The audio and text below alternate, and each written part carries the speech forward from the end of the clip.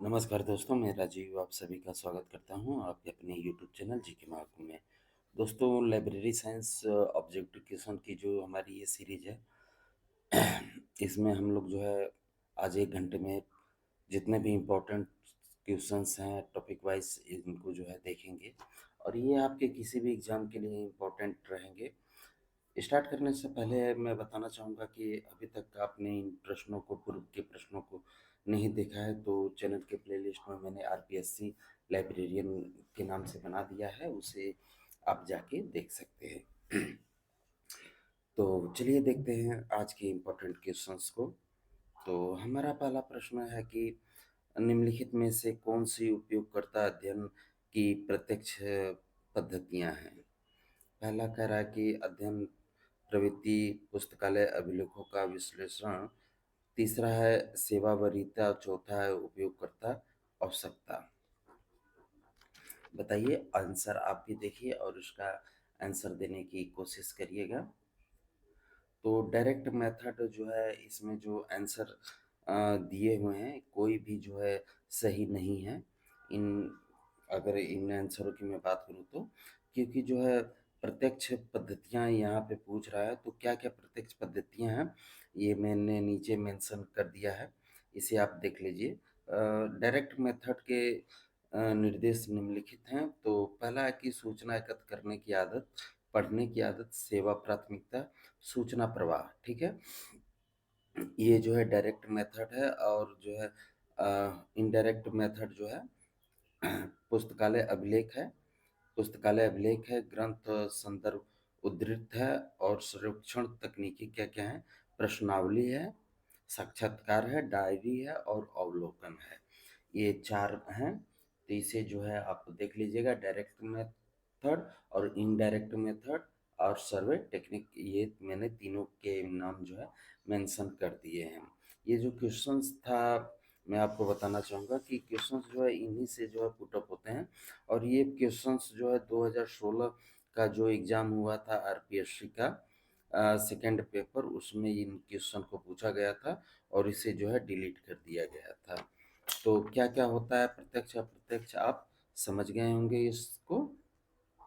अब आगे देखते हैं क्योंकि क्वेश्चंस जो है वहीं से पुट अप होते हैं। अगला प्रश्न हमारा कह रहा है कि किसी विशिष्ट विषय के क्षेत्र के सूचना स्रोत के बारे में बताते हुए पुस्तकालयों द्वारा बनाए जाने वाले संकलन को कहते हैं। तो क्या कहते हैं? गले में थोड़ी-सी प्रॉब्लम है इसलिए इग्नोर कीजिएगा इसको। तो इसे जो है ग्रंथ सूची कहते हैं, ठीक है? यानी कि बिब्लियोग्राफी कहते हैं। बिब्लियोग्राफी ग्रीक भाषा के बिब्लियोन शब्द से मिला हुआ है और इसके जनक जो है कोनार्ड ग्रेशनर हैं, ठीक है? कौन है? कोनार्ड ग्रेशनर हैं और ये क्वेश्चन अगर पूछ दे कि कोनार्ड ग्रेशनर कहाँ के रहने वाले हैं, तो ये स्विट्ज़रलैंड के रहने वाले थे। और ग्रंथ सूची से तात्पर्य होता है कि पुस्तकों और प्रलेखों की व्यवस्थित सूची से है जो पाठक को प्रलेखों तक पहुंच के लिए कुंजी का कार्य करती है। इसका कार्य किसी विषय पर जानकारी प्रोवाइड करना होता है, ठीक है? आगे देखते हैं। अगला प्रश्न हमारा कह रहा है कि ग्रंथ सूची के सांख्यिकी एवं गणितीय विश्लेषण को कहते हैं। क्या कहते हैं? तो इसे ऑप्शन इसका राइट आंसर की मैं बात करूं तो इसका राइट आंसर ऑप्शन बी है, ग्रंथ नीति कहते हैं। किताबों, लेखों और अन्य प्रकाशनों का विश्लेषण करने के लिए जो है ग्रंथ नीति सांख्यिकी एवं गणितीय विधियों का उपयोग है। पुस्तकालय और सूचना विज्ञान के क्षेत्र में शोध क्षेत्र के प्रभाव, किसी विशेष पेपर के प्रभाव या शोध के एक विशिष्ट क्षेत्र के भीतर विशेष रूप से प्रभावशाली कागज की पहचान करने के लिए ग्रंथ नीति मेथड का प्रयोग किया जाता है। आप समझ गए होंगे। वीडियो ना समझ में आए तो फिर से बैक जाइए और इसको दोबारा देखिए, सुनिए, ठीक है? अगला प्रश्न हमारा है बिब्लियो प्रोफाइल से तात्पर्य है। बिब्लियो प्रोफाइल से क्या तात्पर्य है बताइए? तो इसका तात्पर्य है अ बुक लवर यानी कि पुस्तक प्रेमी, ठीक है? बिब्लियोग्राफी या किताबों से प्यार करने वाला होता है। बिब्लियोग्राफी एक व्यक्ति है जो पुस्तक से प्यार करता है और अक्सर पढ़ता रहता है। ठीक है। अगला प्रश्न है, और आप लोग तो जब एग्जाम आएगा तभी जो है पूरा वीडियोस देखेंगे, नहीं तो जो है थोड़ी थोड़ी देख देख के गैप मार लेंगे, क्योंकि आपके मनोरंजन लायक ये चीज नहीं है। यहीं पे कोई मूवी रहती तो आप उसको पूरा सुनते या देखते। चलिए कोई बात नहीं, आपकी इच्छा। तो अगला प्रश्न हमारा है, निम्नलिखित संदर्भ स्रोतों में से जयपुर के ऐतिहासिक स्मारकों के बारे में जानकारी के बारे में पता करने के लिए जो है हम किसका इस्तेमाल करेंगे?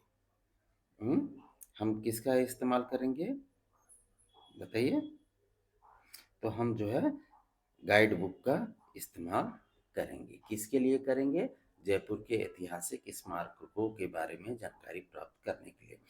मार्गदर्शिका जो होती है किसी शहर, देश अथवा क्षेत्र के लिए यात्रियों को आवश्यक इंफॉर्मेशन प्रोवाइड करती है। उसमें जो है भवन, संग्रहालय इत्यादि का विवरण देने के लिए निर्मित ग्रंथ मार्गदर्शिका कहते हैं। जैसे भारत दर्शन माला हो गया, दिल्ली मैनेजर ऑफ पब्लिकेशन हो गया। ठीक है, ये दो मार्गदर्शिका हैं, इनको नोट कर लीजिए। कौन कौन से? भारत दर्शन माला और दिल्ली मैनेजर ऑफ पब्लिकेशन। आगे देखते हैं। अगला प्रश्न है, संदर्भ स्रोत वे होते हैं जो कौन कौन से होते हैं, बताइए। ऑप्शन आपके सामने है। तो संदर्भ ग्रंथ वे होते हैं जो विशेष जानकारी प्रदान प्राप्त करने के लिए पुस्तकालयों में ही इस्तेमाल किए जाते हैं। ठीक है। संदर्भ स्रोत सूचनाओं का संग्रह है जिसे अनेक स्रोतों से एकत्रित किया जाता है। इनका उपयोग निरंतर अध्ययन हेतु नहीं वरन किसी विशिष्ट सूचना की प्राप्ति हेतु किया जाता है। संदर्भ स्रोत में जो है प्रविष्टियों का व्यवस्थापन किसी निश्चित क्रम में इस प्रकार किया जाता है कि सूचना की सरल और त्वरित पुनः प्राप्ति हो सके। जीवन चरित्र स्रोत, सामाजिक घटनाओं एवं गतिविधियों के स्रोत, हैंडबुक, नियम पुस्तिका, वार्षिकी और मानक एवं पेटेंट जैसे तथ्यात्मक संदर्भ स्रोत होते हैं। ठीक है। आगे देखते हैं। अगला प्रश्न हमारा है, केवल एक संदर्भ सेवा जिसमें पुस्तकालय के विषय विशेषज्ञ ही जवाब देते हैं उसे क्या कहा जाता है? तो संदर्भ सेवा से तात्पर्य व्यक्तिगत सेवा के माध्यम से उपयुक्त पाठक तथा पुस्तक के बीच उपयुक्त समय पर जो है संपर्क स्थापित करना ही संदर्भ सेवा है। कुछ विशेष प्रकार के प्रश्नों का उत्तर विशेषज्ञ ही देते हैं जिसे तकनीकी पूछताछ सेवा कहते हैं। तो राइट आंसर क्या होगा इसका? Option D. ठीक है। अगला प्रश्न देखते हैं। अगला प्रश्न हमारा है, पैमाने और प्रक्षेपण से जुड़ी सूचना इनमें से प्राप्त की जा सकती है। इनमें से जो ऑप्शन दिया है इसमें पैमाने और प्रक्षेपण से जुड़ी जुड़ी हुई सूचना प्राप्त की जा सकती है। किससे, बताइए। तो इसका राइट आंसर है ऑप्शन डी, भौगोलिक स्रोत। भौगोलिक स्रोत जो है जानकारी उपलब्ध होती है, प्रलेख जिसके बारे में भौगोलिक जानकारी उपलब्ध होती है उसे भौगोलिक स्रोत कहते हैं। जैसे gazetteers, travel guide book, map, Atlas and global. ठीक है। विश्व का सबसे बड़ा भौगोलिक स्रोत जो है वो the time index gazetteer of world London है। मानचित्र जो है पृथ्वी की निश्चित विमाओं को जो है सतह पर प्रस्तुत प्रकृति को जो है मानचित्र कहते हैं। अगला प्रश्न है, ये क्वेश्चन थोड़ा सा आपको हार्ड लगेगा क्योंकि ये क्वेश्चन जो है मैंने यूजीसी से उठाया हुआ है। तो अगला प्रश्न हमारा है, अभिकथन कह रहा है क्योंकि देखिए आरपीएससी सेकेंड ग्रेड में ये क्वेश्चन जो है पुट अप होंगे। ठीक है। अगला प्रश्न हमारा है, अभिकथन कह रहा है कि पुस्तक चयन विवेक पूर्वक करना चाहिए। कारण है कि संसाधन सहभागिता इस समय की जरूरत है। हम्म तो जाहिर सी बात है ये भी पुस्तक चयन सावधानी से विवेकपूर्ण करना चाहिए और संसाधन सहभागिता इस समय की ज़रूरत है। तो दोनों जो है सही है, ठीक है? तो ऑप्शन इसका ए एवं आर दोनों सही है, लेकिन ए आर की व्याख्या नहीं कर रहा है, ठीक है? अगला प्रश्न देखते हैं। अगला प्रश्न हमारा कह रहा है, निम्नलिखित में से कौन-कौन से समावेशी भौगोलिक स्रोत हैं?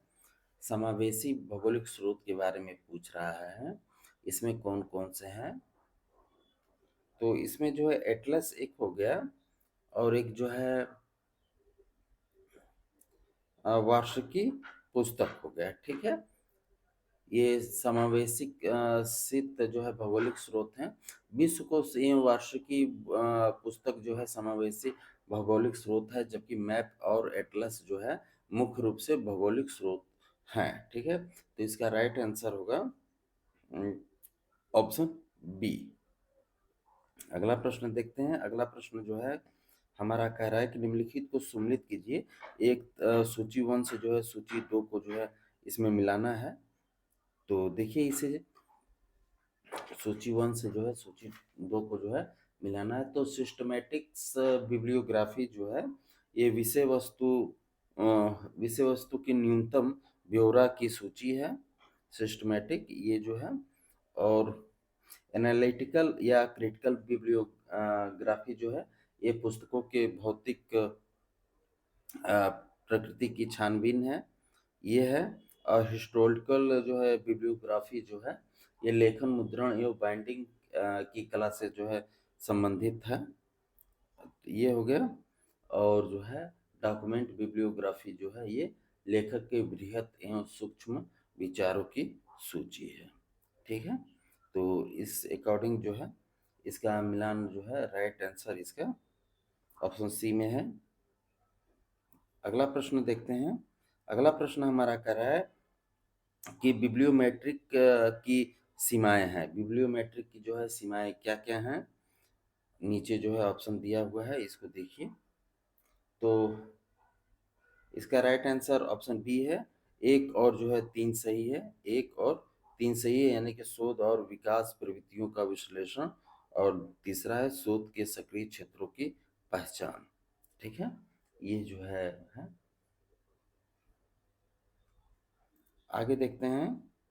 अगला प्रश्न हमारा कह रहा है कि अभिकथन है कि पुस्तकालयों के संदर्भ में संकलन के निवेश करने की जरूरत नहीं है। कारण है कि वेब सूचना के सभी प्रकार का खजाना जो संदर्भ डेस्क का जो है प्रतिस्थापन कर सकता है। इसमें क्या सही है? तो ए और आर जो है इसमें दोनों जो है गलत है। इसका राइट आंसर ऑप्शन बी है। ये जो है दोनों रॉन्ग है। अगला प्रश्न देखते हैं। अगला प्रश्न हमारा कह रहा है, अभिकथन कह रहा है कि अपने कौशल और ज्ञान को अद्यतन बनाए रखना जो है किसी संदर्भ पुस्तकालय अध्यक्ष की आचार संबंधी जो है बाध्यता है। तर्क दिया जा रहा है कि संदर्भ पुस्तकालय अध्यक्षों का यह प्राथमिक उत्तरदायित्व है कि पुस्तकालय संरक्षकों को जो है वर्तमान सूचना आवश्यकताओं की पूर्ति उनकी संतुष्टियों अनुसार करे।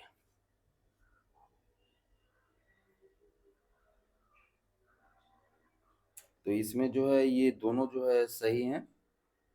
ऑप्शन ए इसका जो है राइट आंसर है। अगला प्रश्न हमारा है। अगला प्रश्न कह रहा है कि निम्नलिखित में से कौन से भौगोलिक स्रोतों की विशिष्ट विशेषता है? विशिष्ट विशेषता पूछ रहा है। तो अनुमाप और प्रक्षेप जो है ये भौगोलिक स्रोतों की जो है विशिष्ट विशेषता होती है। अनु अनुपमाप यानी कि स्केल और प्रक्षेप जो ये भौगोलिक स्रोत की विशिष्ट विशेषता होती है, जबकि आरपीएम यानी कि हिंदी में कहूँ तो इसे घूर्ण प्रति मिनट कहते हैं। कोई भी मोटर या घूमने वाले किसी भी प्रकार की वस्तु को दर्शाता है कि वह 1 मिनट में जो है कितनी बार घूमता है, ठीक है? तो इसका राइट आंसर ऑप्शन ए ही है। अगला प्रश्न देखते हैं। अगला प्रश्न हमारा कह रहा है कि निम्नलिखित में से संदर्भ पुस्तकालय अध्यक्षों का सहयोगी परक नेटवर्क कौन सा है? तो राइट आंसर क्वेश्चन पॉइंट जो है, ये संदर्भ पुस्तकालय अध्यक्षों का जो है सहयोगी परक नेटवर्क है। यह एक समूह की ऐसी संदर्भ स्रोत सहायक चाबी है जो अपने पुस्तकालय अध्यक्षों और उपयोगकर्ताओं की जो है आवश्यकता की पूर्ति करता है। अगला प्रश्न देखते हैं। अगला प्रश्न हमारा कह रहा है स्कोपस एक है। स्कोपस क्या है? तो स्कोपस जो है डाटा और लिंक किए गए विद्वानों की सामग्री के साथ एक व्यापक सार और उद्धरण डाटाबेस है। स्कोपस जो है पूरे शैक्षणिक समुदाय में शोधकर्ताओं, शिक्षकों, छात्रों और प्रशासकों को पुस्तकालय अध्यक्षों की सूचना की जरूरतों को पूरा करने के लिए जो है बनाया गया है। स्कोपस उद्योग के छात्र शोधकर्ताओं को जो है बाजार विचारों को ट्रैक करने, प्रमुख योगदानकर्ताओं और जो है सहयोगियों की पहचान करने के लिए स्पर्धा जो होती है, बेंचमार्किंग विकसित करने में जो है मदद करती है। तो अब समझ गए होंगे कि इसका राइट आंसर क्या होगा। तो सार और उद्धरण सेवा, डाटाबेस। अगला प्रश्न देखते हैं। अगला प्रश्न हमारा कह रहा है कि बिब्लियोग्राफी शब्द की उत्पत्ति किस भाषा से हुई है? तो मैंने बताया ही कि बिब्लियोग्राफी शब्द जो है ग्रीक भाषा के बिब्लियोन से हुई है, यानी कि BIBLION, बिब्लियोन से हुई है। ठीक है। अगला प्रश्न देखते हैं। ग्रीक भाषा। अगला प्रश्न देखते हैं। अगला प्रश्न हमारा कह रहा है ग्रंथात्मक श्रेणीकरण योजना का प्रारंभ वर्ष में किया गया। ग्रंथात्मक जो है श्रेणीकरण योजना का प्रारंभ किस वर्ष में किया गया? क्वेश्चन यही है। तो ये 1935 में किया गया था। अब इसके थोड़े मैं डिटेल में बताऊं इसे। बिल्स क्लासिफिकेशन, जिसे हम बिब्लियोग्राफी क्लासिफिकेशन भी कहते हैं, क्या कहते हैं? बिल्स क्लासिफिकेशन को हम बिब्लियोग्राफी क्लासिफिकेशन भी कहते हैं। कॉलेज और न्यूयॉर्क के हेनरी एवलिन बिल्स द्वारा जो है इसे तैयार किया गया था। ठीक है। ग्रंथ सूची है जो 1935 में ए सिस्टम ऑफ बिब्लियोग्राफी वर्गीकरण के तहत जो है प्रकाशित हुई थी। ठीक है। इसमें जो है ये 9 अंकीय अंकीय और 26 वर्णमाला, ठीक है, 26 वर्णमाला से मिलकर जो है कुल 35 मुख्य वर्गों में व्यवस्थित है। यह ब्रिटिश पुस्तकालयों में जो है इस प्रणाली का जो है सबसे अधिक उपयोग किया जाता है। यह मुख्य रूप से एक ग्रंथ सूची उपकरण है जो विशेष विषय क्षेत्रों के संगठनों को बनाए रखने में सहायता करती है। इसमें प्रमुख नियत श्रेणियों या सामान्य उस उप विभागों के लिए जो है अरबी अंकों के साथ अपर केस और लोअर केस रोमन अक्षरों का उपयोग करने वाला एक नोटेशन सिस्टम है। ना समझ में आया? मैं तेज बोल रहा हूँ क्योंकि आपका समय कीमती है, तो इसे वीडियो को 2 बार देखिए। अगला प्रश्न देखते हैं। अगला प्रश्न हमारा है कौन सा ई संसाधन का उपकरण नहीं है? कौन सा जो है ई संसाधन का उपकरण नहीं है? तो हस्तलिपि जो है ई संसाधन का उपकरण नहीं है। इलेक्ट्रॉनिक संसाधन डिजिटल रूप में, इलेक्ट्रॉनिक रूप में जो है सुलभ सामग्री है। ई रिसोर्स का उदाहरण कौन कौन से हैं? देखिए, इलेक्ट्रॉनिक पत्रिकाएं यानी कि ई जर्नल, PDF डॉक्यूमेंट, ठीक है, वेब पेज जिसे HTML भी हम कहते हैं, hyper text mark language, electronic पुस्तक यानी कि ई बुक इत्यादि होती हैं। ठीक है। तो ये भी है उदाहरण। ई मैगजीन हो गया, संदर्भ डाटाबेस, मल्टीमीडिया उत्पादन वगैरह वगैरह, ये सभी है। आगे देखते हैं। अगला प्रश्न हमारा है कौन सी ग्रंथ सूची मुद्रित सूक्ष्म स्वरूप एवं CD रोम स्वरूप में प्रकाशित हुई? बताइए, देखिए इसको। तो राइट आंसर है BNB, ब्रिटिश नेशनल बिब्लियोग्राफी। ठीक है। ब्रिटिश लाइब्रेरी के बिब्लियोग्राफी सर्विस डिवीजन द्वारा जो है बीएनबी प्रकाशित की जाती है। यह ग्रेट ब्रिटेन में प्रकाशित नई पुस्तकों की सूची होती है। यह सूची उन पुस्तकों के आधार पर तैयार होती है जो कॉपीराइट ग्रंथालयों के अंतर्गत एक एजेंट को जो है प्राप्त होती है। यह ग्रेट ब्रिटेन में प्रकाशित समस्त ग्रंथों की व्यवस्था एक शासकीय सूची होती है। इसका सर्वप्रथम प्रकाशन जो है साप्ताहिक रूप में 1950 में प्रारंभ हुआ था, जिसे council of British national bibliography प्रकाशित कर रही थी। ठीक है, आगे देखते हैं। अगला प्रश्न है, कौन सा राष्ट्रीय पुस्तकालय का कार्य नहीं है? कौन सा राष्ट्रीय पुस्तकालय का कार्य नहीं है? तो इसका राइट आंसर है ऑप्शन सी। यह राष्ट्रीय ग्रंथ सूची का जो है प्रतिनिधित्व करता है, ये जो है नहीं है। बाकी यह राष्ट्रीय ग्रंथ सूची प्रकाशित करता है, यह देश के सभी पुस्तकालयों को जो है सहायता प्रदान करता है। ठीक है, यह देश में सभी प्रकाशित प्रकाशनों को एकत्रित करता है, ग्रंथ सूची का जो है प्रतिनिधित्व नहीं करता है। ठीक है,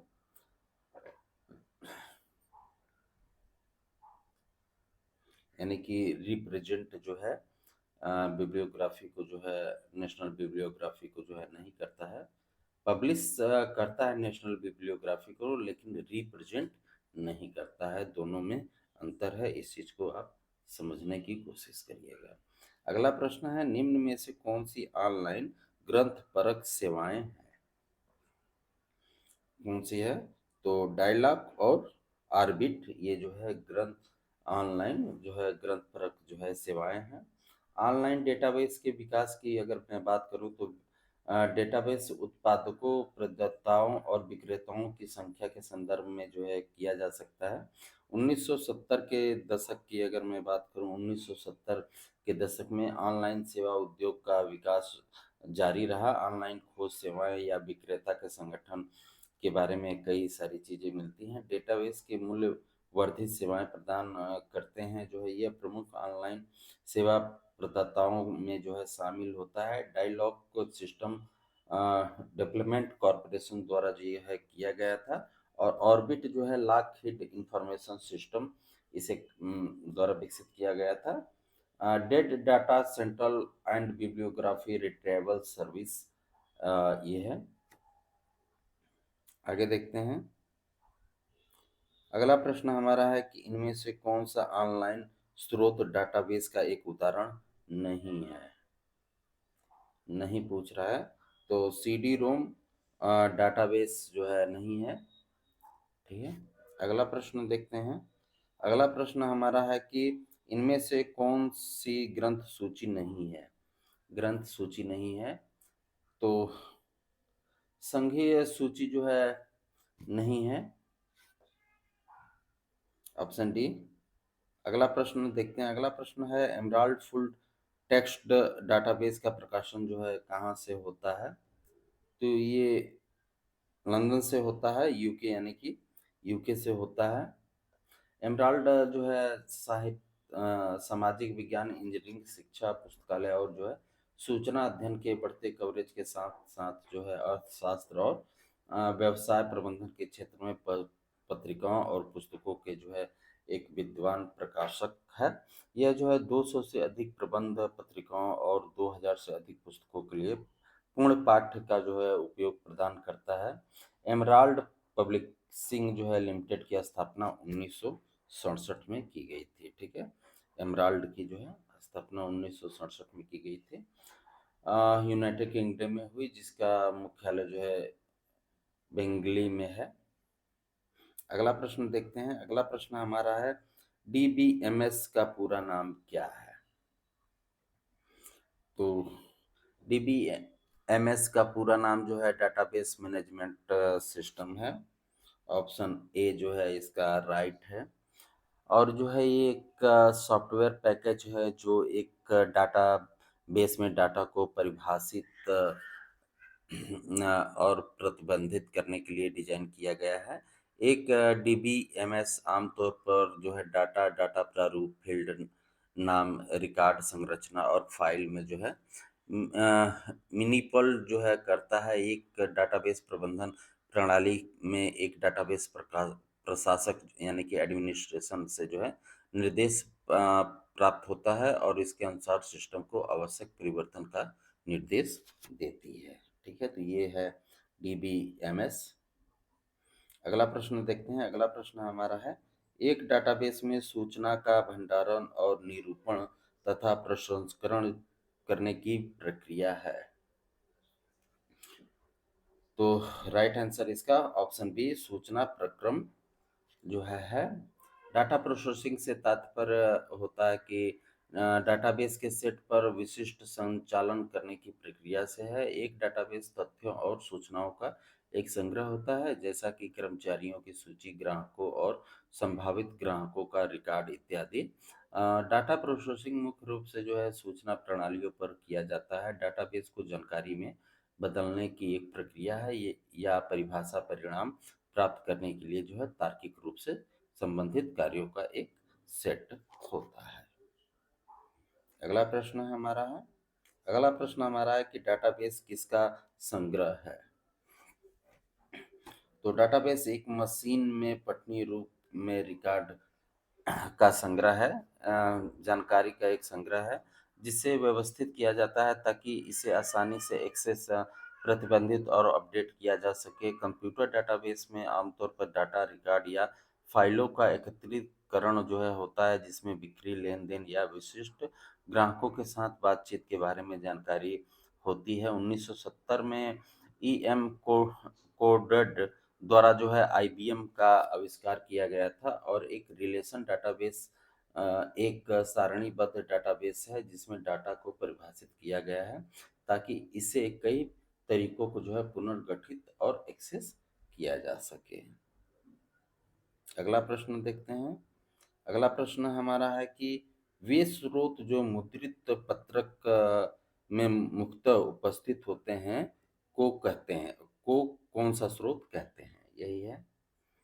तो इसे दस्तावेजी कहते हैं। ठीक है, यानी कि डॉक्यूमेंट्री जो है कहते हैं। ठीक है, तो डॉक्यूमेंट्री क्या होती है? दस्तावेज जानकारी के स्रोत को जो है सूचना उत्पादक भी कहा जाता है। यदि उपयोगकर्ता को प्रदान की जाने वाली सेवा से उत्पन्न होता है, यह सूचना को मूर्तता देने वाली एक प्रकार की समेकन और प्रस्तुति प्रक्रिया है। और इसमें जो संदर्भ दिया हुआ है, संदर्भ सेवा जो है पुस्तकालय एवं सूचना विज्ञान के अंतर्गत उसकी एक शाखा होती है। पुस्तकालय में साधारण पूछताछ से जो है लेकर गहन अध्ययन तक अनुसंधान के लिए पाठकों द्वारा पुस्तकालय कर्मचारियों से ली जाने वाली व्यक्तिगत सहायता को भी हम संदर्भ सेवा ही कहते हैं। ठीक है, आगे देखते हैं। अगला प्रश्न हमारा कह रहा है कि इंफॉर्मेशन फॉर ऑल प्रोग्राम यानी कि IFAP किसके द्वारा जो है जारी किया गया था। तो यूनेस्को द्वारा जो है जारी किया गया था information for all programme. UNESCO द्वारा 2001 में जो है जारी किया गया। ठीक है, माफ कीजिए, 2001 से प्रारंभ किया गया एक अंतर सरकारी जो है कार्यक्रम है। United nation education, scientific and culture organisation UNESCO का पूरा नाम है, ये मैं पहले ही बता चुका हूँ आपको। और इसकी स्थापना जो है 16 नवंबर 1945 में तथा इसका गठन जो है 4 नवंबर 1946 को पेरिस में यानी कि फ्रांस में किया गया। यूनेस्को की टैगलाइन है विश्व धरोहर हमारी धरोहर, यानी कि world heritage is our heritage. ठीक है, तो अगला प्रश्न देखते हैं। अगला प्रश्न हमारा है कि ओपन एक्सेस प्रकाशन होता है, ओपन एक्सेस प्रकाशन होता है किसका? तो उपयोगकर्ता या पुस्तकालय की ओर से कोई भुगतान किए बिना किसी को कहीं भी पहुंच का जो है अधिकार देने वाले प्रकाशक जो है। ठीक है, अगला प्रश्न देखते हैं। अगला प्रश्न हमारा कह रहा है कि कोपेनडेक्स के लिए ऑनलाइन डाटाबेस है। तो ये जो है अभियांत्रिक से रिलेटिव है, ठीक है।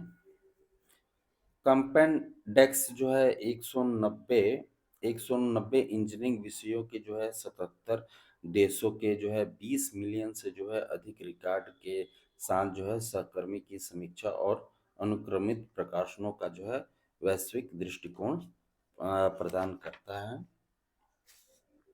अगला प्रश्न देखते हैं। अगला प्रश्न हमारा है कि निम्नलिखित में से कौन सा डाटाबेस वस्तु नहीं है, नहीं है पूछ रहा है।